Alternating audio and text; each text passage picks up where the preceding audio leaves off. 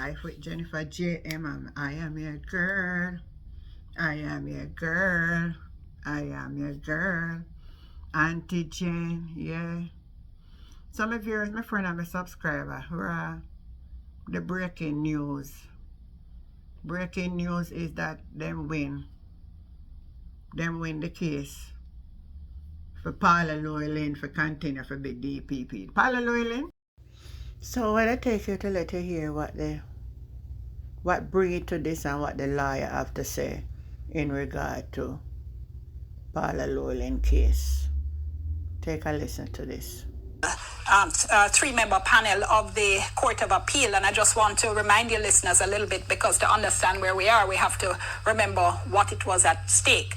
The DPP, Miss Llewellyn, was supposed to retire in 2020 when she reached the age of 60. That's what the Constitution had said at the time. She asked for and she got a 3-year extension. Before she came to the age of 63, she asked for another extension. She was told no, the Constitution didn't allow it. So the government, I should say, at that point or a little later, had passed an amendment to the Constitution to raise the age of retirement for the DPP as well as the Auditor General from 60 to 65, which is the age that's now generally used in the public sector. But what that act also did was make provision for Ms. Llewellyn to elect to retire at any point after the age of 60.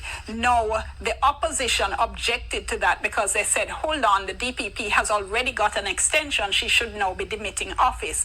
And the Supreme Court ruled that the part of the act that raised the retirement age from 60 to 65 was fine. But they said Ms. Llewellyn, that's the Supreme Court, couldn't benefit from that because what the new legislation was doing was to essentially allow her to choose when to retire, when what the Constitution says is that that decision should be made by the leader of the opposition and the Prime Minister, and a recommendation from the Prime Minister to the Governor General. The Court of Appeal has now disagreed with the Supreme Court. They said yes, they agreed with the Supreme Court that the part of the act raising the retirement age is fine, but they disagreed with the Supreme Court that it doesn't apply to Ms. Llewellyn. They have said that the extension, the raised retirement age automatically applies to Ms. Llewellyn, and that is why she remains in office. It's a pretty detailed ruling. The press summary is out. We're waiting for the full ruling to go through it when we'll be able to tell you more. So that was what caused the case to go into the court. And if you listen to it carefully, my people, she done pass the age, get her extension. So the opposition said, no, you get you get it already. The JLP now do not run go to Parliament and change it in order to keep Paula Llewellyn. So that's when it go to the Constitutional Court. They had said nothing wrong with the government extending the time. But when they extend the time, Paula Llewellyn time would have already passed. And that is true. That is really true. Our time they done pass. And woman, I'm going to let you hear what the lawyer have to say, because the lawyer said even though she win, she not like, not jubilant and happy. And somebody happy when they win. Because winning it no make no sense. Lady, the public have a different view on you and all of that. I think you should have just even though you win it, just quit. And, call it a day. Listen to the lawyer. Judgment in its entirety when it is available. When will Ms. Llewellyn resume her official duties as DPP? Well, that depends a lot on the court issuing the official document, which is known as the certificate of the result of the appeal. And from that, it will be transmitted to the Public Services Commission, who will then take the appropriate action, meaning that the existing DPP or the acting DPP her tenure would be terminated. She reverts, I imagine, to her usual post and paving the way for Ms. Llewellyn to resume active duties.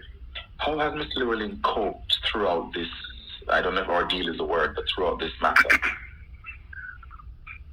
Well, from my own perspective, I think she had just taken the time to refresh herself, and we both had confidence that she would resume her position given the arguments that we had put before the court.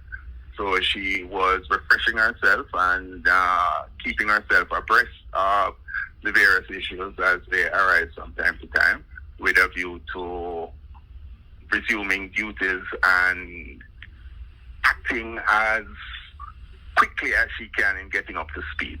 Yes. When she resumes office. Yes. Did she take an approach, or did she take the view that she was being targeted? No, I don't think she shared the view that she was being targeted. I know there was a political spin being put on some of, I would say, a ruling for a decision. But Ms. Mullin, not that does not deter her. That's one of the hazards of the job. I, as Solicitor General, knew that. That's one of the hazards of the job when you take on high public office. And that is something which, as they say, it comes and you roll with the punches. So I don't think that is any way as unfazed her, certainly in resuming her duties. A question I should have asked from the start. You've spoken with her since the ruling has been handed down? I just briefly said congratulations to her. What was her reaction? I think it was one of, how should I put it now, quiet,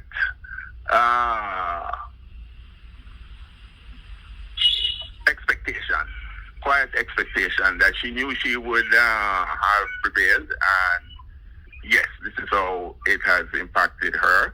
I think a lot of the enthusiasm which I normally see in other persons who have had a court victory, it's not there. It was very subdued, and we spoke about this earlier before the ruling came out, that having regard to the death of Barbara Gale, that has cast a pall over her whole outlook on, where Jamaican society is today. And the judgment coming at this point in time is, yes, expected, and she is happy that she'll be able to resume duties, but not with that exuberance or that enthusiasm which is characteristic of Miss. Lord have mercy. You hear it for yourself, my people. Never a dull moment in a Jamaica. All me have to say still, we have to get we act together better than what we are do. What we are portrayed to the world, really, really look good, my people. Look good. So I like how the lies say she not really, exuberant and overjoyed. Make no sense. Cause I tell you the truth. Ah, Jesus have mercy upon we. Make we pray for Jamaica, because I don't know what else we say. Because boy, every day is something. Anyway, you want to tell me, want to think about what the lawyer say and what Miss Jackson was saying in regards to what lead up. And the conversation continue. Remember to like, share, and subscribe to the channel, Life with Jennifer JM. I am your girl, Auntie Jen. Catch you later.